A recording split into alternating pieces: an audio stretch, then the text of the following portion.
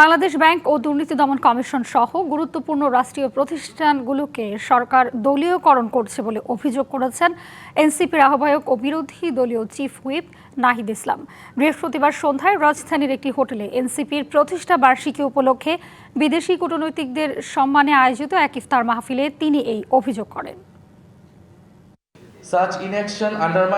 আমরা অবিলম্বে সংবিধান সংস্কার পরিষদ গঠন করার দাবি জানাই, যা আমাদের জুলাই সনদে স্পষ্টভাবে উল্লেখ আছে।